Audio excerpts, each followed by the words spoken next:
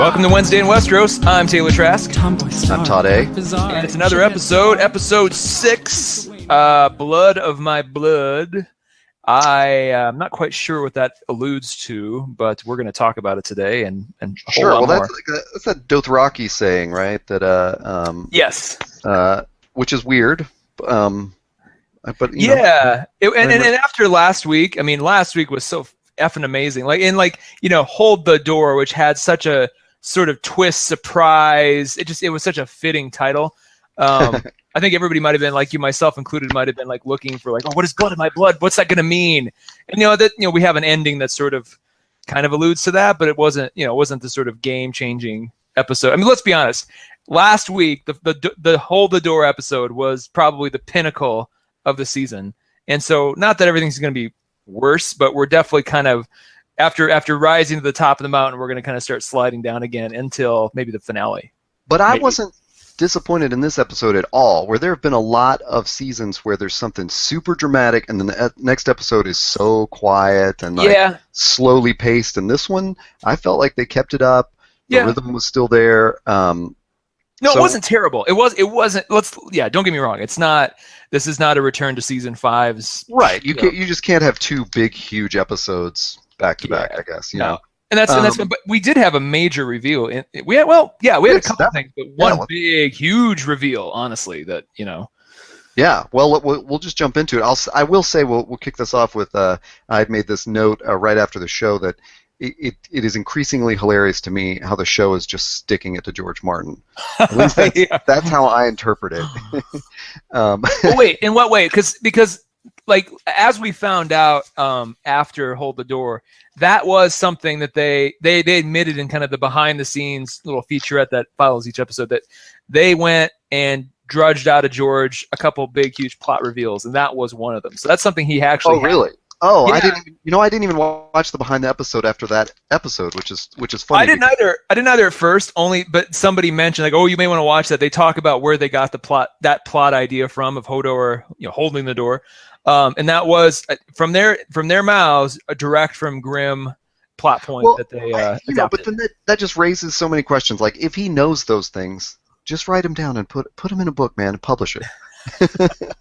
Write the words down, and collect the words on pages, and put the pages in a collection called the book, and give it to us. It's just so great because I love that, like, they are kind of sticking it to him, where we're seeing so many things are developing so quickly this season. I mean, that's what everybody's saying. But I also think that it's genius because if they had drug it out more, then they might have been adding much more exposition that Martin wasn't going to do. And it's so condensed and it's so quick and it's like what we want to see. It really is the payoff of all those like long exposition seasons. So it really lets George Martin do whatever he wants. Like he can go ahead and write more like go crazy, Martin, like you're off the hook now because you already missed all the deadlines. They've passed you. So I just think that it's actually kind of a generous move, like to take it in a new direction. But I do like this. I think it was like Storm of Spoilers or whoever had had this theory that the show kept quiet about Jon's resurrection because they were going to allow Martin to bring him back in the 6th book, and then when he couldn't get that out in time, so when you kind of play back the chronology of when those scripts must have been ready and when they sort of knew that he wasn't going to make it when they were already writing season 6, I just think it must have been funny how they went, okay, we're just full steam ahead. Totally different tracks. Yeah, let's just pedal to the metal. Well, at least I hope that's how it goes. I am sure. I mean, these guys seem like they're pretty.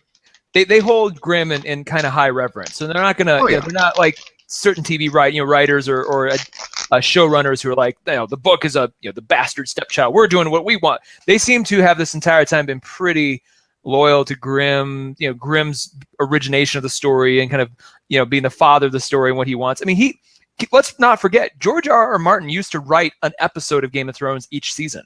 He used to write a full episode. He hasn't done that in 2 years because he's been trying to finish Man, But he's been watching football and going to conventions. Yeah, but it's been, he has been pretty intertwined with the show himself. So it's, you can say they're sticking it to him, just thematically.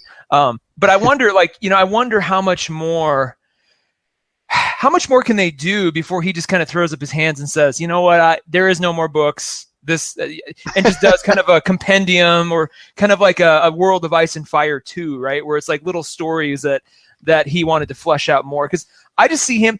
Put your, you're a writer. Put it in your perspective. Let's say you were writing a book, and then all of a sudden this other thing started telling the story faster, and what some may argue better than what you're doing. Are you still compelled to finish that story at that point? I mean, it's got to be so frustrating. I can't even imagine. But but I think that is, like I said, I think that's kind of the genius of this is let the show diverge totally. However, it's going to do that. I mean, maybe it pulls in hold the door plot points and stuff like that, but we know we're not going to get like this deep examination of all the characters on the show. Yeah, they're already reducing the number of characters in it by just magnitudes. So so that's great. Like do what you want to do, and let George Martin do what he wants to do, and we'll all be better off for it. Yeah. Well, let's be honest. The frustrating thing has been for readers is like they're tampering with the lore of things, in previous seasons. But it doesn't feel like that. Yeah, but I was okay. So you clarify that, because I was going to say they've been deviating from the books basically since season 2, right? I mean, like once they decided Aegon is Aegon the fake Targaryen, whatever he is in the books, isn't in the show. Once they said Lady Stone, I think the big moment, honestly, for readers where they're like, oh, it is different, is when Lady Stoneheart didn't appear. That's a good point. That seemed to be kind of the big internet rage moment where I remember going on to Facebook after at the end of season 4, was it? 3 or 4? Well, it's 3. 3. And then she didn't appear. Catelyn Stark didn't appear as Lady Stoneheart, and that wasn't going to happen. And I think everybody had kind of held out like, oh, it's going to happen. And then just didn't. And I think people were like, oh, okay. And that was kind of the big separation.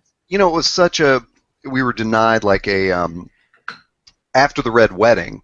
Yeah. It's like, that's the coolest part of book 3 is, the Red Wedding happens, and you're like, oh my God, they're all dead. And then all of a sudden, Catelyn Stark shows up and starts murdering people, and you're going, whoa, yeah. This got really interesting. So I think there was sort of a vengeance thing that it felt like the show was still toying with us. They were still, But anyway, let's get into the payoff. Yes. The episode starts in the north. You just you hinted at this. There was a big reveal.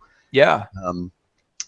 And when you said that, I was like, oh yeah, but I don't think we're talking about the same reveal. Oh, okay. What reveal are you talking about? Well, I want to know what you're talking about. I'm talking about Uncle Benjen coming back. Yes. And what's weird, and we've gotten so trained and so used to seeing, and before each episode, before the opening credits, they always do like previously on Game of Thrones, and they show you various scenes and vignettes that have to do with what you're about to see. Yeah. And I got really, and a lot of times it's been pretty accurate. There was a moment in last season where they showed us Benjen riding off. And I could have swore in that episode, we're going to see Benjen come back. And he never did. And in this episode, they didn't do that. They didn't show, there wasn't a callback to, remember this character that you haven't seen since season 1? Right. Which is a little weird, because I think a lot of watchers of the show maybe either have come in late, didn't watch season 1, maybe forgot about that. Who out there listening remembers Benjen Stark, right? I mean, I did, but who else? We all do. Yeah, I mean, but you're right. It wasn't like implanted in our head to remember him. Yeah, and it's like, and so I feel like the reveal might have been undercut just a little bit by not sort of reseeding that character back in the story, or name checking him a few times before we see him.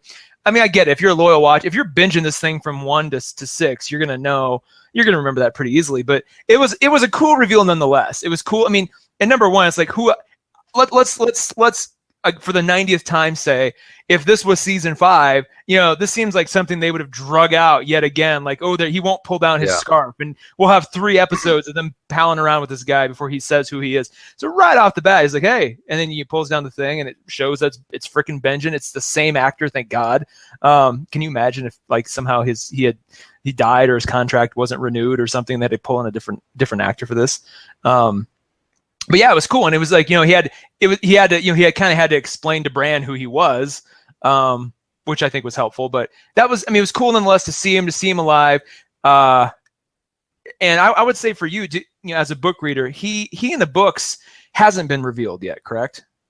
I, this is one of those other times where I'm like, I just don't think, I don't know exactly what I know from the books, but I'm fairly certain that Cold Hands is definitively not Benjen in the books. And Cold Hands is that character in the books. That's what they refer to him as. We didn't get that name in the show at all. We didn't, but there was a great clip of like just a short vision of his hands, being kind of bluish, blackish. Oh yeah. When he lifts them up.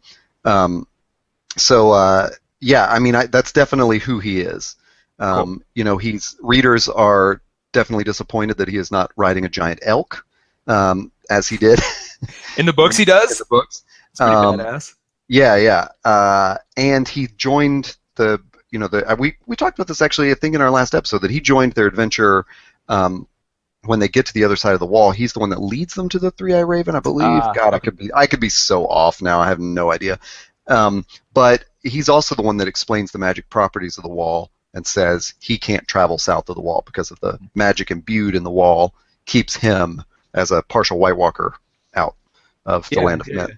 So was the reveal on how he was saved interesting to you?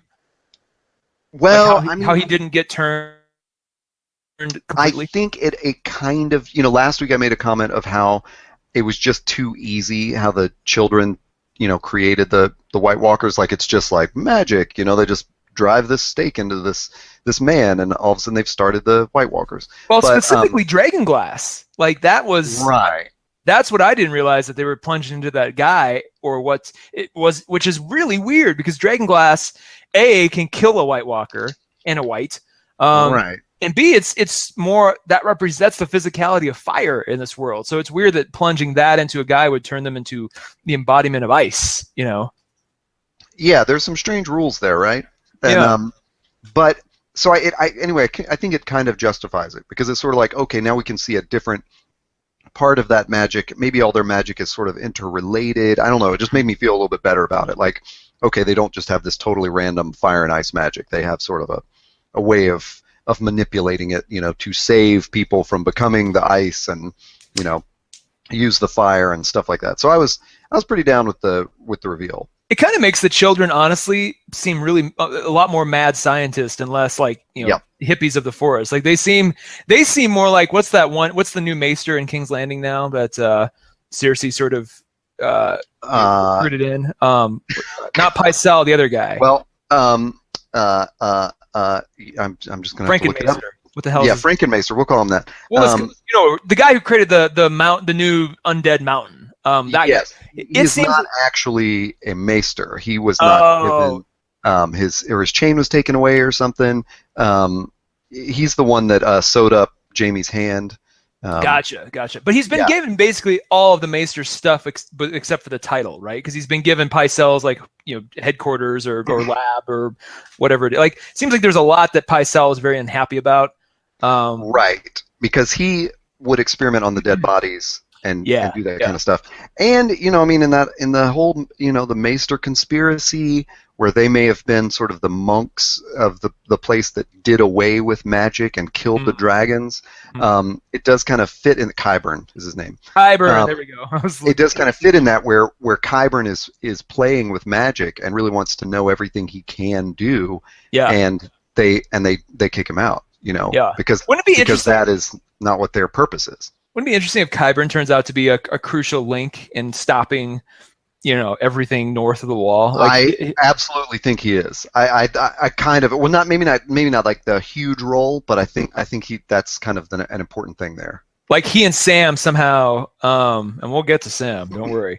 That he and Sam, somehow partner up or something. He's needed, in a way that I think once whatever the hell is going on in King's Landing finally comes and goes, like, Qyburn will be sort of recruited or drafted into the big scheme of things. Well, there's definitely like a, and this will lead back into what I thought was a big reveal in that first scene. But there's Qyburn is willing to do what it takes. I think. I mean, maybe he's not as instrumental in the plot. He's not as big a character in those terms. But he, like I said, he wants to know the extent of what he can do with magic and with science and all that kind of stuff. Yeah. Which is very much like Tyrion when he's looking for the wildfire, in season 2, and he's willing to kind of go to those links. Qyburn will go to those links where Pycelle and the other maesters won't. They are, they're too conservative. They're just not going to do it. Well, they're too conservative, but they're also too interested in just sort of hanging around and being people of power, right? It seems like I don't think that we have ever seen Pycelle perform medicine or maestering or whatever the hell but like I don't think we've ever seen it. We've seen him, get his dick sucked and pal around with Cersei and stuff, but we've never seen him actually, do anything. Yeah, he does some kind of potioning in the first couple seasons, I think. Oh, does he? I think he gives a potion to Ned to help him sleep or something. It's like, I don't know. I just know that was kind of like the extent of what he does. They send ravens and they have little, they have like laxatives. Laxatives and ravens call me in the morning. But going back to Benjen, I was thinking as I saw him, what was running through my mind was your whole theory / probable thing that he can't ever cross the wall again because he's now made of magic or somehow is connected to the White Walkers, where if he goes, they all, he'll break the spell. With Bran, and definitely that wasn't I don't want to take credit for that. Someone else, No, I know, but I'm thinking like next episode or the next time we see him, Bran will say, "We got to go back to Winterfell." He'll go, "I can't come with you." Or something to that effect. And I don't know what. So was that the reveal you were hoping for, thinking of? There's another one. Well, what I thought was so revealing of that scene. I mean, I like seeing Cold Hands. That was cool. But Bran's visions, and specifically of Aerys and the wildfire, like just as soon as we saw that green glowing wildfire, I was like, "Holy shit, it's on!" And Aerys calling out like, "Burn them all!" That whole. We've never seen Aerys depicted on screen before. That was the first time, wasn't it? Yep. And it's weird because I read, it wasn't even a recap. I just read someone writing about that scene, and they said something about, and that's when Jaime stabs him. But I'm pretty sure I didn't see Jaime stab him at all in that flashback. We didn't. We just saw a shadowy figure. Right. Like someone approaching the throne. I think it was assumed it was Jaime because that's his reputation. Okay, that's what I got out of it. But we did see young Ned Stark and hear something about my sister or my brother or something. So we get the feeling that Bran is seeing Ned Stark and Lyanna in the Tower of Joy. Mm-hmm. And then I saw another viewer say that it's like clearly Ned's, or maybe this is in the previews for next week or whatever, but it's clearly Ned's wrist, like because he's wearing the same garb.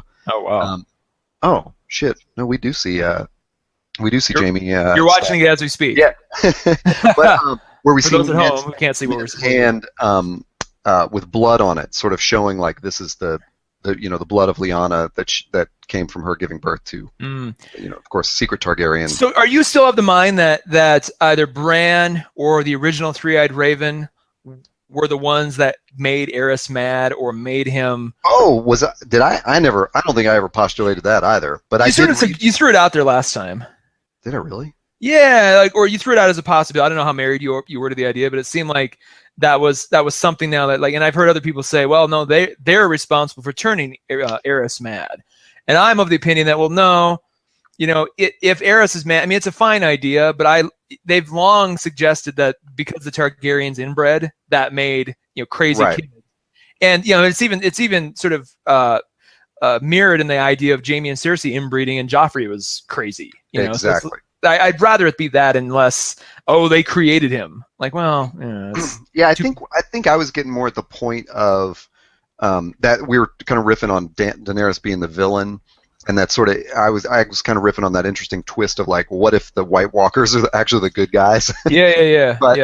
But that's funny because I only this week read something about that theory that Bran's time traveling Hodorness turned Aerys mad.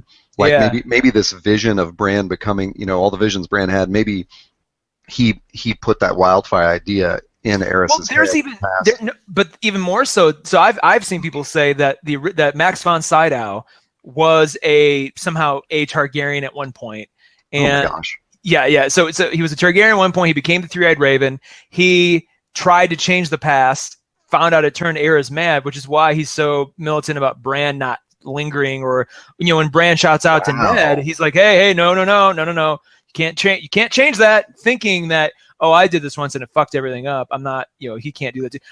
And that's, again, it's a fine theory. I just don't, it seems like it's too much for no payoff, right? It's like, what's the point of it all if, we've already seen Bran can influence the past for good and for bad. Why do we need that extra beat just to drive that home? Yeah, and that's funny because one of those, not complaints, but one of the criticisms I read last week was like, oh no, now we're throwing time travel into the mix, know?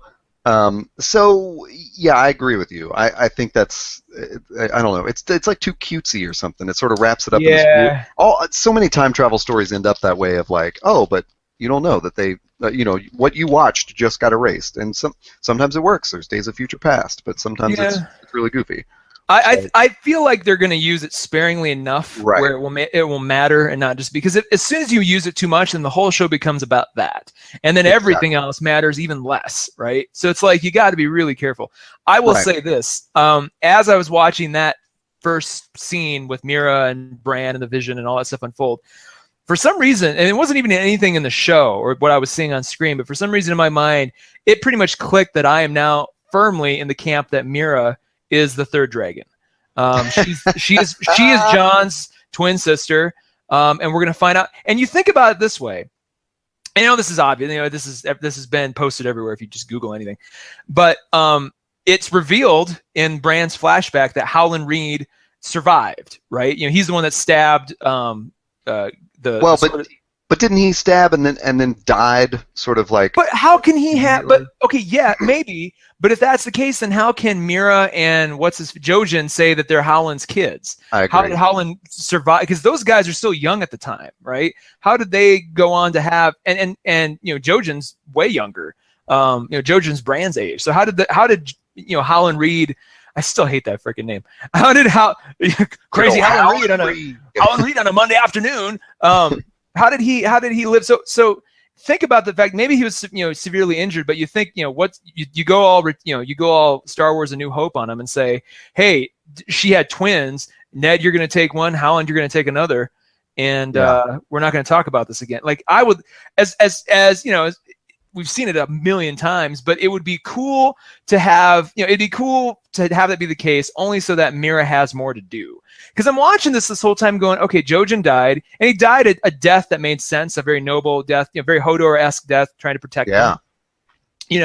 Mira's still alive. What's the point of her other than just dragging Bran around? Like, she hasn't been given a lot to do as a character, and they cast that actress up. I mean, it's not just a throwaway actress. Like, she's got some good stuff when she's been on screen. So it's like, what else are you going to do with her besides give her a hell of a lot more to do when it's revealed that she's the third dragon?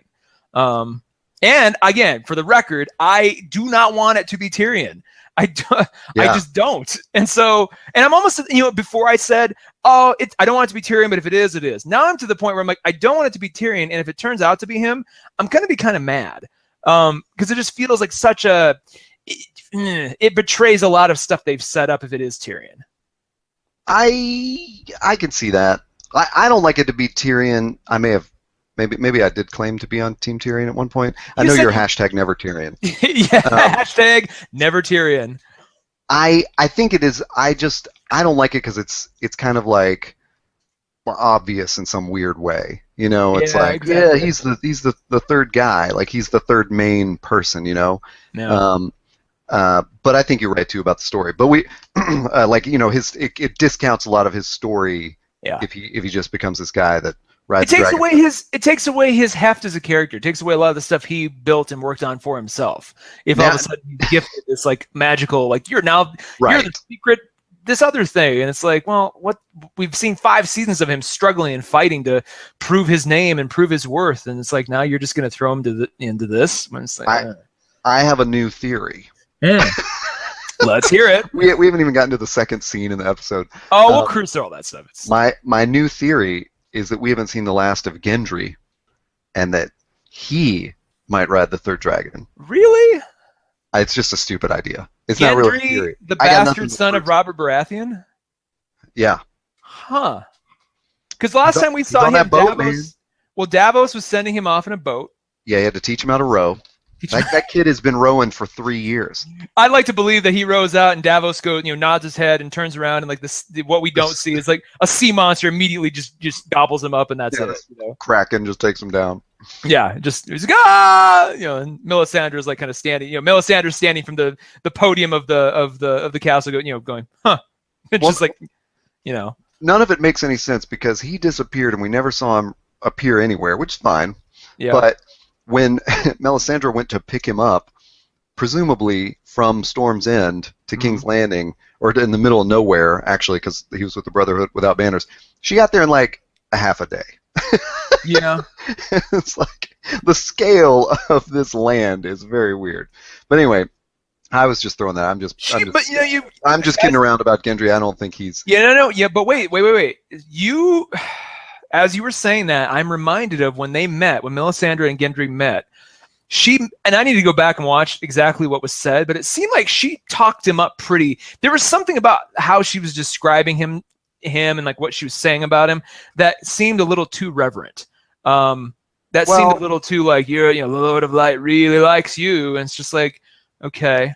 But then at the same token, why would she torture him or draw his blood if he was also, the prince that was promised, number 3. I think we're way out on a limb there because he's one of those character substitutions where, yes, there's a Gendry in the books, but there was another bastard of Robert's that Stannis was keeping at the castle, and that's who they took the blood from. Oh, okay. And so it's kind of like, well, I mean, we're really getting out on this limb. Like, let's put a little pin in that. We'll put it on the far down at the bottom of the board, but we'll still pin it in case it happens. And I'm going to credit you. I'm just trying to throw so much stuff out there that I'm right about something. Yeah, no, but I mean, we'll credit you back if somehow Gendry comes back in a way, even if he comes back and isn't that, but is important somehow again. I'll throw that too. I mean, it's classic fortune telling. Like, yeah.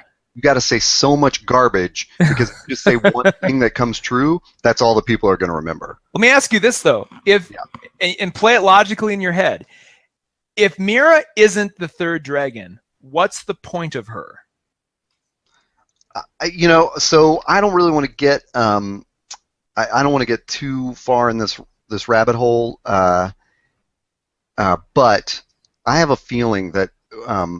A Storm of Spoilers has a saying where they say, I think it's efficiency is coming, because they're saying they're trimming the plot. They're going to efficiency is coming. They're going to move through this. They're just efficiency is coming. Those are our house words.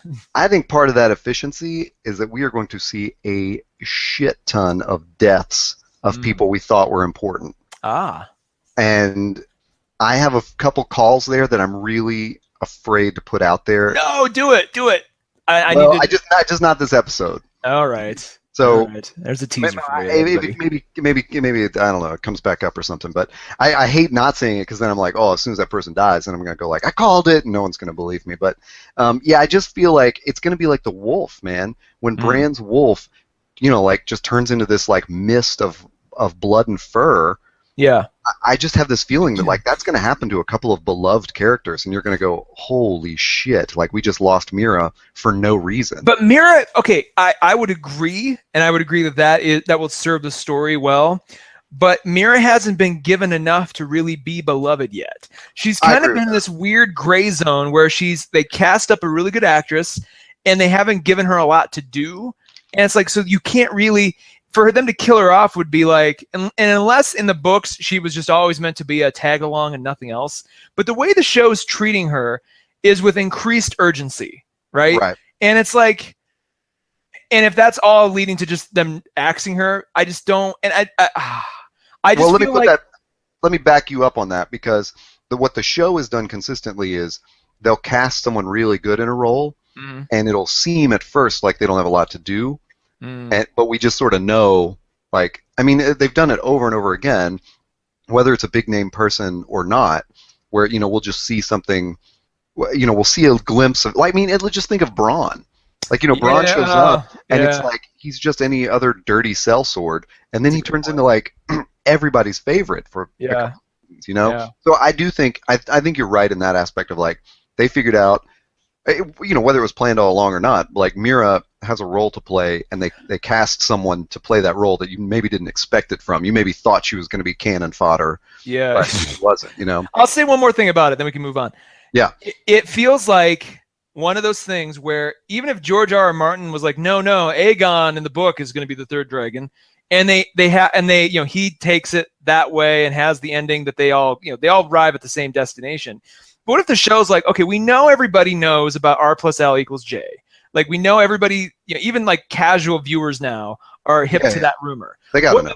And in their minds, they're like, what's going to make that reveal bigger and better? I know Luke and Leia separated at birth. Like, that's going to be one of those things. Like, if I was running the show going, okay, we want that to really mean something.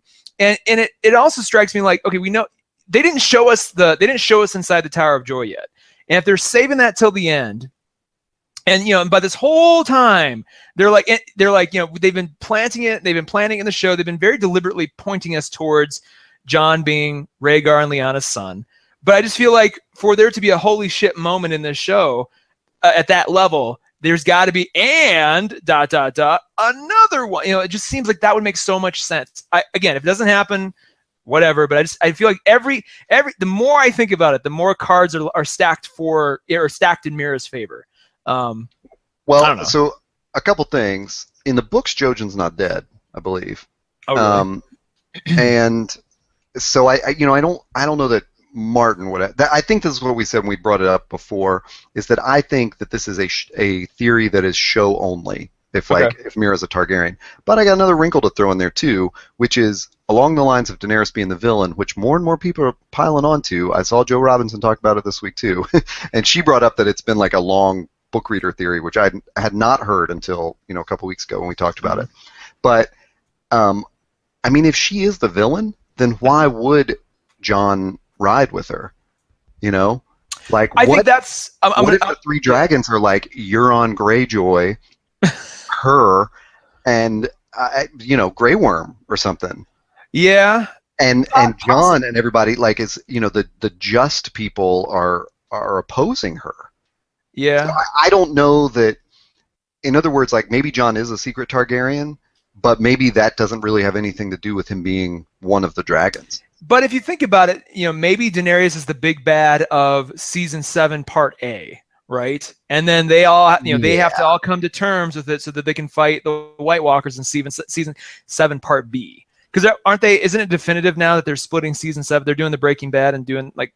I don't know. I still haven't heard definitive on that, but I read something recently that said 2 more seasons, and it just said it like that way, not like they were half seasons, just 2 more. And so I really don't know. In either case, it stands to reason that Daenerys makes it over, and the whole next season is all her versus everybody, and then they all have to unite to then take down the White. Because when you think of we can't have 2 seasons of the White Walkers just rolling over everybody with no hope of it. I mean, that's just gonna be season 5 all over again. There's just nothing good happens, and where do we go from there? So it's like, if maybe the cliffhanger, maybe the Ned's head of next season is there's this big battle against Daenerys, and during that battle the wall comes down, and they're like, oh fuck, and then they have to all then it all turns that way. I don't know. I do like your idea though of circumventing that popular that conventional theory. It's like, no, it's actually just these 2 guys, and Daenerys is just going to pick whoever she wants, and the dragons will just do whatever she wants, and here we go. So that could easily be too. Yeah, it could be Bora Mormont. He's the stone man that the dragon can't kill with fire, so he gets on the back or whatever. Like, we don't. Bora. I mean, so yeah, let's jump into another scene here. Yeah. Which is, and if we go by what the show did. It goes to the super boring Horn Hill. What did you think of Sam Wise? Is that him? Sam Wise? I'm just going to call that whole scene Pride and Prejudice with the Tarleys, because good Lord. Oh, my God. Or Downton Tarleys. Take your pick. Downton Tarleys. Downton Tarleys. And honestly, if it was just that as a show, it would actually kind of be interesting. Because as soon as Sam and Gilly popped up in the wagon, I'm not going to lie, I fast-forwarded through all of that. I fast-forwarded through the wagon until, because I didn't even catch their conversation. I just saw, and then when I actually paused it and rewound it when I saw them show, House Tarley, which is pretty damn impressive. It looks very Downton Abbey-esque as well. So as soon as they started rolling in and everybody came out, I'm like, oh my God, this is where they're going with this. And again, If this whole show is just about that and just about Sam's story, it might be actually kind of interesting, but plopped in the middle of all this, just who cares? Oh, God. Well, and it's one of those, I mean, I didn't think it was bad. It's not season 5.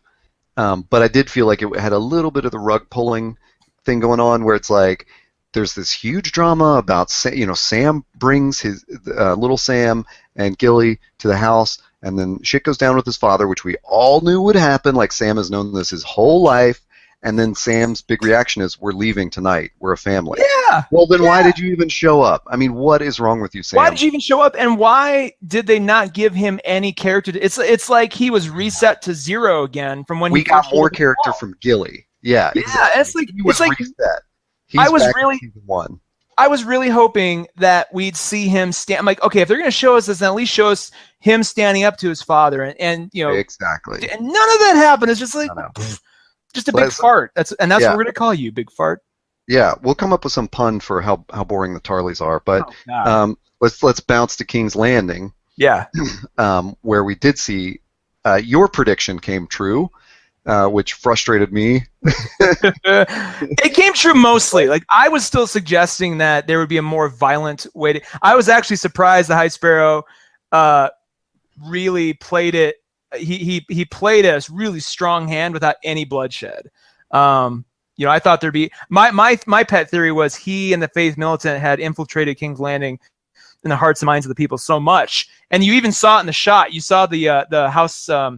The House Martell, army come in. Martell? No. Tyrell. The Tyrell troops come in, and it shows a wide shot of the 50 Tyrell troops, and then like the 700 people behind them, and I'm like, oh shit, they're trapped. This is gonna, and I was like, ooh, it's gonna happen. Like I think, and then when the High Sparrow played his card, I was just like, oh. It's so funny that you thought that because the night of or the night before. My friend Ernesto and I were watching the previews and we were talking about our theory. I was saying I want like a big battle, and Taylor thinks it's going to fizzle out and there's going to be a twist or something that, maybe not fizzle out is what you said, but you did say like, no, the High Sparrow's going to spin this somehow. Yeah. And we watched the preview, before this episode. We watched the last week's. Mm-hmm. So this was like Saturday night or something, and we paused it on that frame. To show like, look, there's all this, all the commoners right here in this one little line. So I did have that thought too, but in the episode I appreciated it because I really got the idea that they weren't necessarily trying to overwhelm them. They were trying to say no one's going to see Marjorie stripped and her head shaved. And so they weren't there to start a war with the commoners. It was just to tell the Faith Militant like, hands off our daughter, I thought it was, but the way Cersei and that way I thought the twist worked a little bit better. Yeah, but the way Cersei framed it to the small council was, we're going to take those soldiers in there, we're going to kill them all if we have to. I agree. The whole stopping Marjorie thing was almost like the secondary result of us taking shit over and basically kicking the High Sparrow out once and for all. I thought it was more of that kind of. She made it seem like there was that finality to it. Granted, when they rolled in, they kind of downplayed it a little bit more, like you're saying, where it's like, she's not going to do that, and it's just like, I had to chuckle a little bit, by the way, to see Mace Tyrell, fully armored and like actually like pretend like he was hot shit, like, giving his little Theoden speech, like, this is the day that we will actually put down our roses and take up our swords. It's just kind of, the whole thing just seemed a little. What a wang.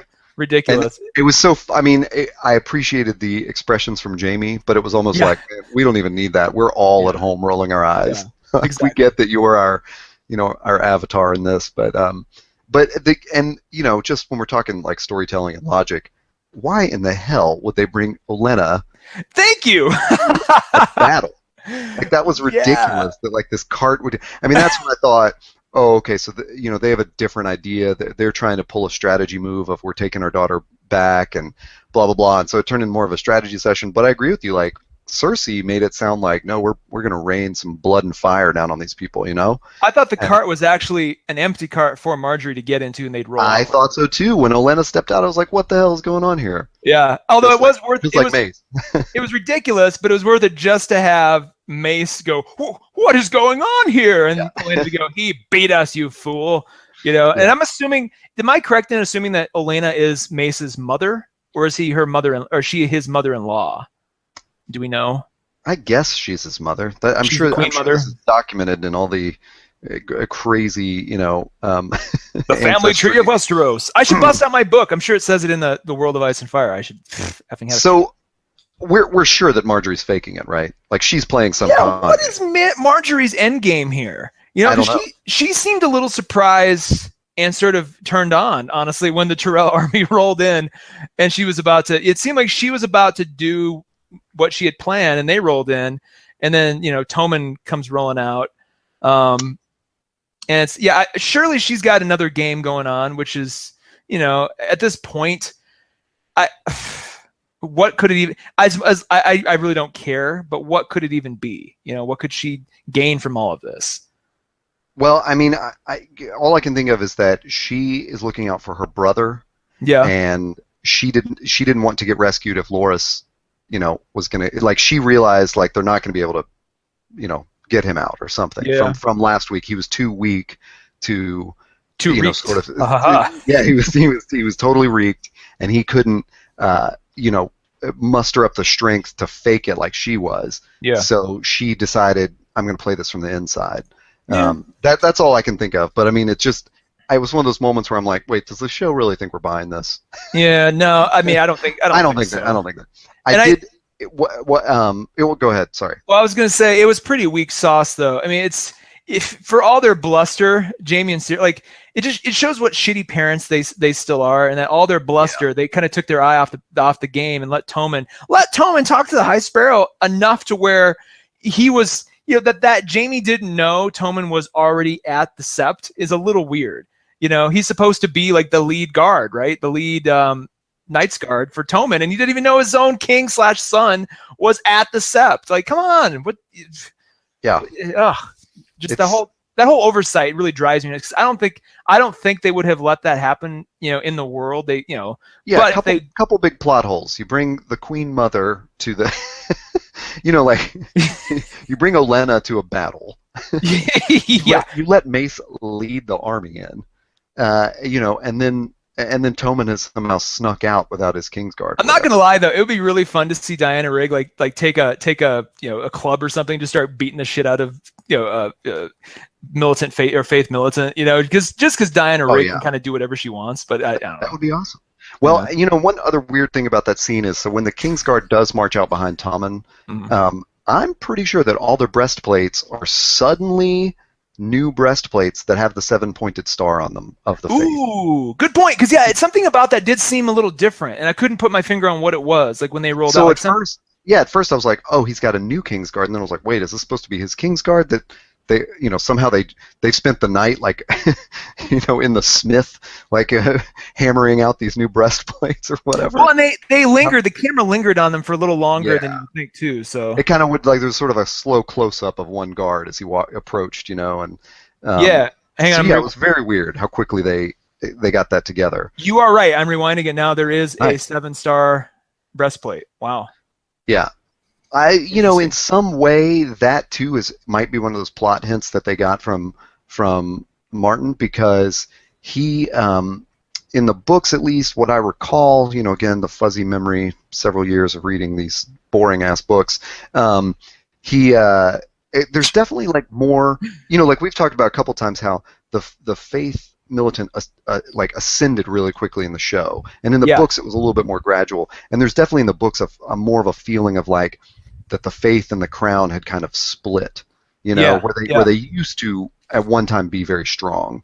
And I'm always fascinated by the different religions in the show, so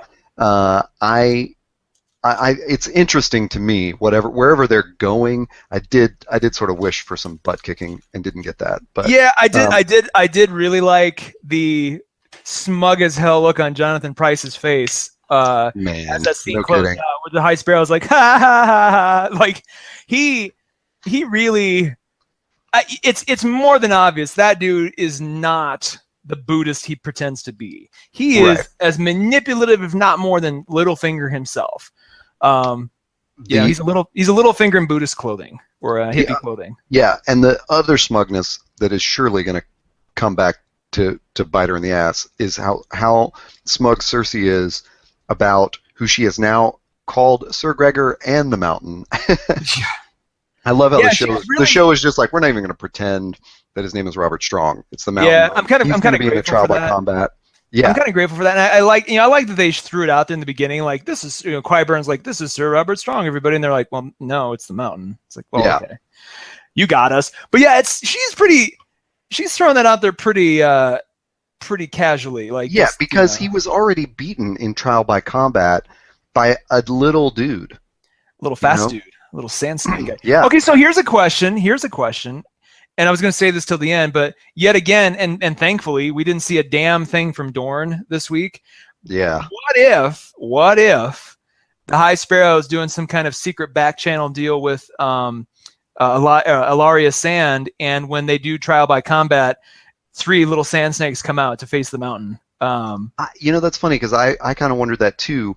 Even if they're not part of the trial by combat, is it now they have to get revenge on the Mountain for killing both of these Martell brothers? I mean, that would at least make Dorne sort of kind of matter / interesting, because I don't see how you shoehorn Dorne back into this in any way that's not infuriating. I don't think it's going to be the High Sparrow that brings the Dornish in, though, just because he's been working this treaty thing with Tommen. And so now that he is united with the Crown, I think he's feeling pretty safe. Okay. Yeah, that's probably true. So, but I do kind of wonder if their return happens around that trial by combat, or maybe they kill the Mountain secretly before the trial by combat can even happen. Yeah, that's probably more likely, because they're just not gonna rewash the trial by combat again. They're going to find a way to circumvent, because we've seen it. It's not interesting to see it again unless there's some kind of crazy twist that And again, in one of these weird things where one of the weirder things this season is that the show is playing with the chronology of the book in a way. Like in previous seasons where chronology has been played with or things have been skipped ahead, we just never see them. And now it's like things are getting pulled out where we don't... we're like, for example, Jaime, I believe. So Jaime, so at the end of the scene, Tommen rebukes Jaime and strips him of his king's guardianship. And holy makes shit! him the head of the army. I'd forgotten that completely. Sends him to defeat the Blackfish, right? Yeah. I mean, that seemed like Jaime, like it. The High Sparrow has his talons in Tommen so much that he would dismiss. Tommen thinks Jaime's his uncle. It's obviously his dad. I don't know if Tommen has come to terms with that, but either way, he would take this really trusted guy in his life and be like, yeah, goodbye. It felt like he was being Ned Starked a little bit. It kind of felt like a lot of stuff that would have Ned Stark in season 1. Like, hey, you're not the Hand anymore, and we're gonna send you over here now and put you in the corner. So it was really, I forgot all about that. That was shocking that Tommen was that weak sauce, that the High Sparrow was like, basically like, here's what you're gonna do. And that's funny, because I wasn't really thinking of how much the High Sparrow had played into that, but he absolutely had to have told him. Let's jump though, because Jaime going to fight the Blackfish, they set that up a little bit, and they gave us a little fake out with Walder Frey again back in his the site and scene of the Red Wedding. And he actually name checks the Red Wedding. Like, I didn't realize that was called that in Game of Thrones, world. And that was the dumbest part for me ever. That took me so out of the moment. And I remember like Cast of Kings or one of those other podcasts, but whatever it was that Joe Robinson was on, was talking about how in the first episode the English graffiti about like Misa is a master really annoyed them. And when Walder Frey was like, the Red Wedding, I just thought, why would you call it the Red Wedding? It was Edgar's wedding. It was like a movie where they say the title of the movie in the movie, where it's like, and it's not. If this represents a clear and present danger. It's like one of those types of things. Like, what? What did he say? And it wasn't like he said it in some descriptive term, like the wedding that we turned red or something. Yeah. The red wedding, and then he calls it that again. Yeah. And I'm just waiting for him to be like, and then the purple wedding the next year. Remember that? I mean, it was just ridiculous. In this crazy Game of Thrones we're playing, oh my God! Like, just I mean, come on, yeah. They do say that in season 1. In the Game of Thrones, you win or you die. Right. Oh God. Yeah, but we didn't know any better then. Like we just thought, oh, how cute, how how trite. But yeah, it was weird. And to take an event that in the world of the show, an event so because I mean he shouldn't be so cavalier about that shit. He basically broke anybody's trust because they had sanctuary there and he broke that. So it's like that dude should be on the run from every other house. Like there should be no mistake that he's somehow still in the good graces of anybody. And then he's like, yeah, the red wedding. The DVD comes out next month. It's just like, it's like, come on, dude. I'm a little lazy, but yeah. Well, so it's a weird thing because in the books, it's all happened out of sequence. Like Jamie has been at River Run. He had to go. I can't remember if he relieves one of the other Lannisters who's not doing a good job of kicking the Blackfish out. So it's sort of like, I think all that happens while Cersei while she is imprisoned. So like Jaime is not at King's Landing when all that is going on. Gotcha. I believe that's the correct chronology. So it's just really weird that it's like, and at the funeral of Joffrey, there was a little bit of that sort of flipping around of chronologies and stuff. So whenever they do that, something weird happens. Yeah. And so, I'm just kind of on the lookout for like what weird thing is going to happen because of this, or in that whole thing when Frey is talking about who's turned on him, he mentions the Brotherhood without banners. So are we going to get you're right. Lady Stoneheart this season? No, we're not. Here's my. I've been a what does she give us? I mean, it's I advance that theory that Sansa may be playing her enacting that role, and I'm on like I like that a text list. I like that. I think they name checked them. They name checked them only because I think that's going to be one more faction that Sansa rallies. Is the Brotherhood without banner. Like I think he was. He was basically name checking all the people now that Sansa is going to have on her kickball team that are going to go, that we're going to see in the Battle of the Bastards coming up. Like here they all are. And we haven't seen the Brotherhood without banners in a while. So we need to start name check, which is why it's even weirder. They didn't name check Benjen last week. Right. It's right. Longer, but whatever. We've been faked out a couple times. Does it even matter that they rolled out what's his face who was married to Walder, Walder's daughter? Edamure, yeah. It's there's kind of as I recall, again, fuzzy memory, there's sort of a funny thing in the books where the phrase keep threatening to hang him, and the Lannisters are like, or whoever is like, go ahead. Blackfish, or maybe it's Blackfish, sorry, not the Lannisters. Blackfish is the one that's like, yeah, go ahead, kill him. Like, I'm still the head of River Run. We're not giving this up. I don't see. Yeah, it seems like one of those just like, I mean, because now we have two characters who are basically being held hostage. We have Rickon and we have Edamure. And it's like, too much for my. It's gonna be weird. So across the Narrow Sea, I guess that's where we're going. The Bravos. Yeah. Bravos and Arya is. We got first of all, Richard Grant. Richard E. Grant. Oh my God. English actors. With Nail and I, that guy. He just did not. Oh, I didn't even know he was in Doctor Who. He just he's just so good in whatever he does. But I felt like there's got to be more for this guy. Surely he's not here for this one scene. He didn't even speak last week when we saw him. Well, when we saw him last week, I didn't even notice. I was like, is that Richard E. Grant? And I'm like, because he was so fleeting. I'm like, did he just have a 2-second cameo for no reason? Like, what the hell? And then so glad he actually they acknowledged it was him and he's had more to do. But it was weird. But there's got to be more. So what'd you think of all the more behind the scenes drama and the the conversations that Arya has with Cersei doppelganger? I'm wondering. Okay, so I'm still standing by my thought that Jaqen is up to something more than just simply. He's either so burnt out, that he just doesn't care. But again, that's such a change and a shift from when we first met him. I feel like he's got some higher motivation to shake things up in the House of Black and White. Which, by the way, as a tangent, I can't believe I didn't bring this up last week.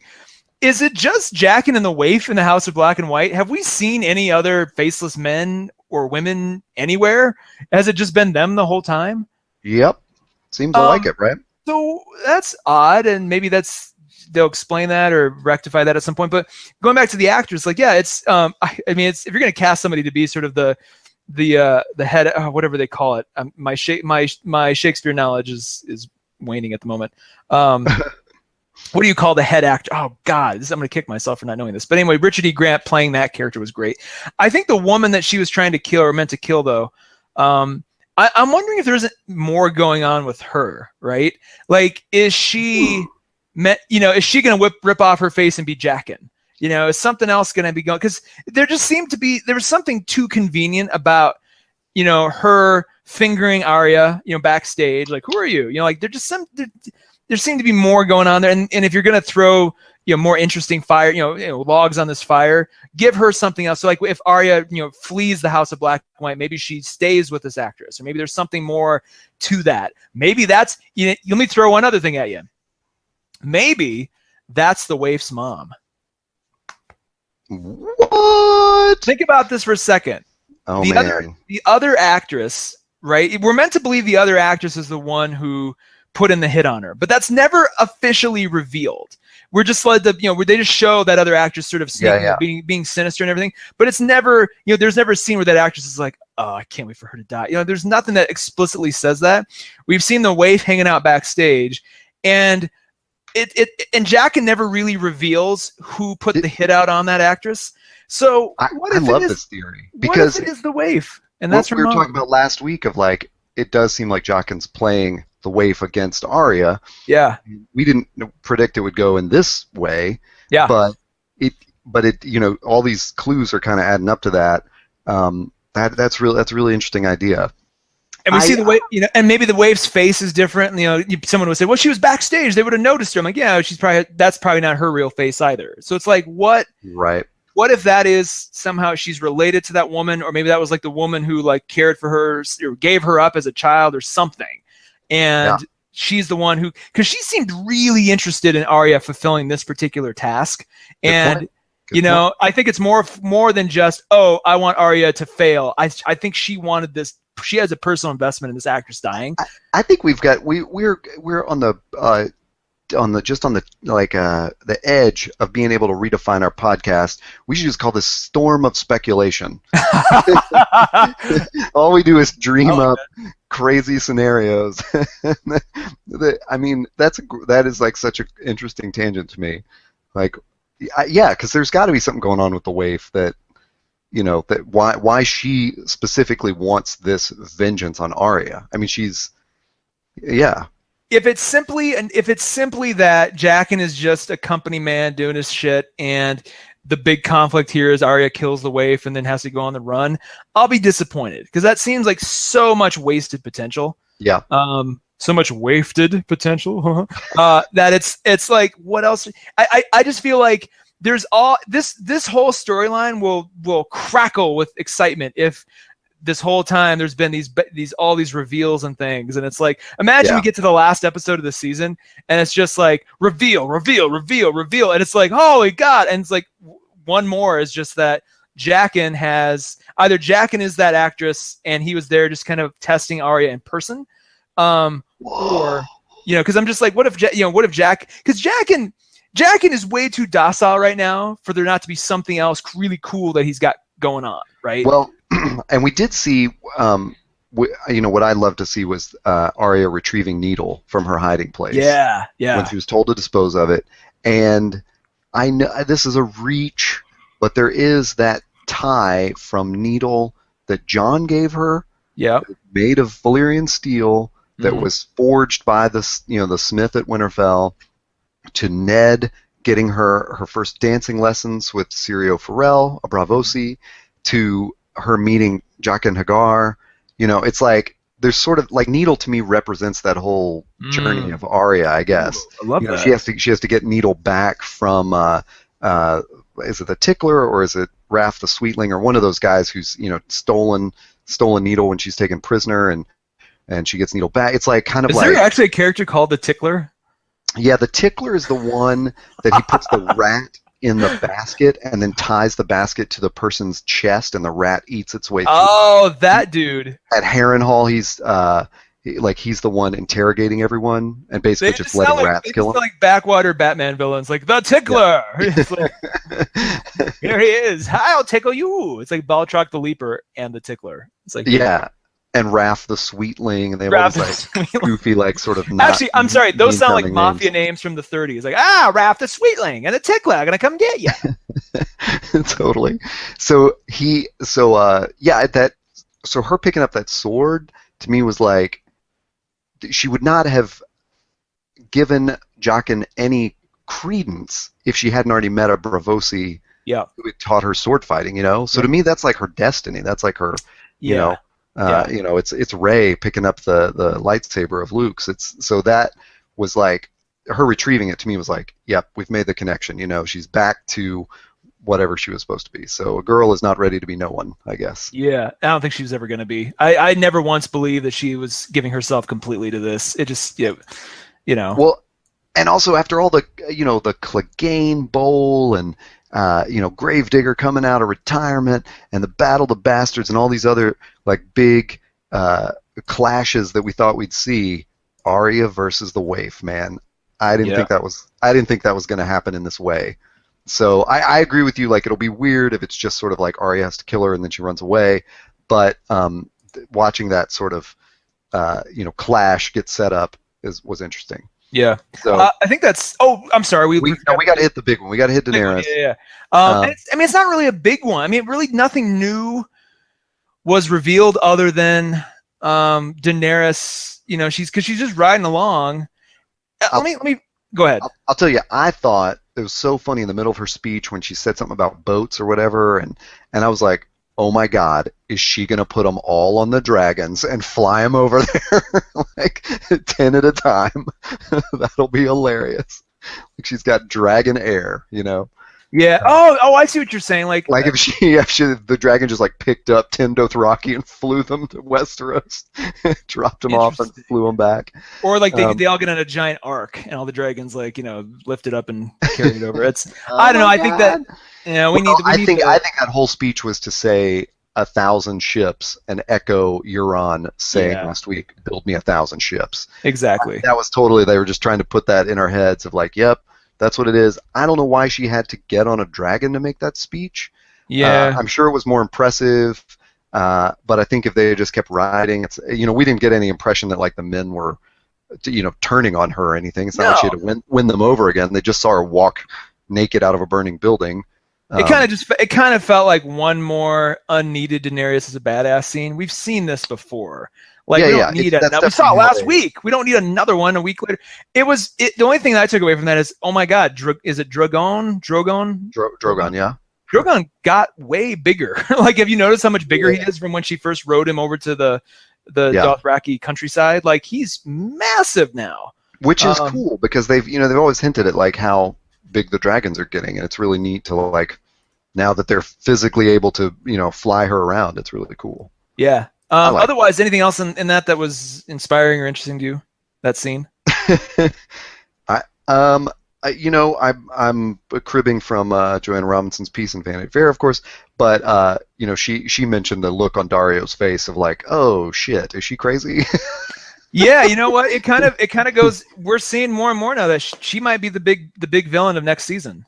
Well, and again, like, I mean, I quote her every week, but in that piece, Joanna talks about, the other things that Khal Drogo promised Daenerys was that when they brought their army over to Westeros, they would rape every woman and enslave every child, because these are the frickin' Dothraki, man. That's true. They are not. She's not bringing a civilized army over there. She's bringing a bunch of like crazy, just not. I was about to say warlords, but they're not even lords. They're just it's weird because the Unsullied are the Unsullied are very much not that. They're very methodical. Yeah, they are super disciplined. They don't have their genitals. Like there's nothing that can. There's not. Yeah, that's much more of a very strategic, surgical kind of a thing. And then they're going to have to mix and intermingle with the Dothraki, which are not that. And there's a funny thing with Dario, because remember we had the first Dario for one season, and he was always a little bit more wild, I thought, than new Dario 2. What do we want to call him? But Dario 2, like one of the things about Dario is he fights with a rock, or that's like an Arakh, like the Arak, the curved sword of the Dothraki, and so he's always been kind of a madman like the Dothraki, So it is weird that he would be the character that's like, oh, this just got crazy. Yeah, you're right. So I do wonder if that was the look we were seeing, or if we were seeing him again in awe of like her power. Yeah. That's just sort of my final. I'll throw that out there. Well, on that note, I think that wraps it up. That's cool. Looking forward to next week. I think more. Again, I am more and more interested in the Stark kids. Like that seems to be. It seems like we've shifted back now, and the show is about them. That's a good point. I think we're heading to the point where it's them versus Daenerys, and then them united with Daenerys, and we get our Song of Ice and Fire. Do you think we're going to get the Battle of the Bastards this year? God, yes. Are you kidding? Okay, they will not. Okay. There's no way they put that off. That's the Ned's Head episode. You think that's our Ned's Head, and then episode 10 is just like how last year was a ton of cliffhangers. This episode of 10 is just going to be a ton of reveals. A ton of reveals, or a ton of the efficiency is coming might be that episode. I just had a thought, by the way. Wouldn't it be amazing if the Ned's Head episode is Battle of the Bastards, and in a sort of hilarious fan gratifying move, they slice Ramsay's head off and put it on a pike, and then it could become the Ramsay's Head episode. It's like, wouldn't that be awesome if that's you're saving it for that? Like, hey everybody, we're gonna mirror that anyway. I wonder if he's gonna get his comeuppance. I'll just say that we can close it on my curiosity there. I think one of the good guys might be going down in that fight. I don't want to say anything. Well, all right. Well, that's we'll have to talk about that next week then, because there's a whole lot of questions I could follow up there. I guess you can find me online on Twitter. I'm at Taylor Trask, and I'm at Hey Todd A. Yeah, and you can find us both at Todd and Taylor TAYLOR.com. And there we have all our podcasts. We have these episodes. We have the normal Todd and Taylor show. And, you can find us wherever fine podcasts are downloaded. Yeah, look for us on iTunes, on SoundCloud, on Google Play. I don't know where else we are, but we're on a couple of apps like that use those feeds, so you can find us. Sounds good. And I'll tell you, just to plug ourselves a little bit more, normal podcasts don't do this. I've been listening to a ton of podcasts on my commute lately.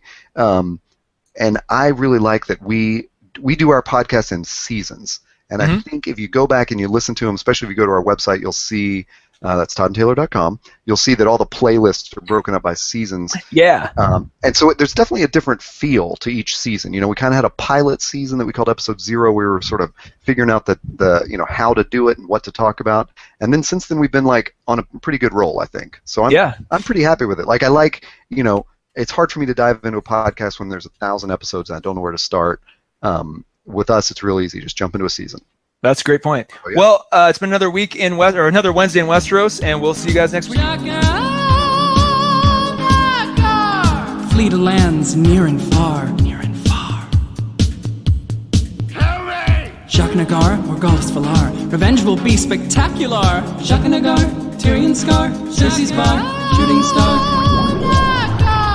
Jaqen H'ghar, Barbosa Bazaar, oh so close and yet so far. Jaqen H'ghar, 7-pointed star, Master was charred, Torment says har. Jaqen H'ghar, sweep the floor, forget who you really are. Jaqen H'ghar, needles not far.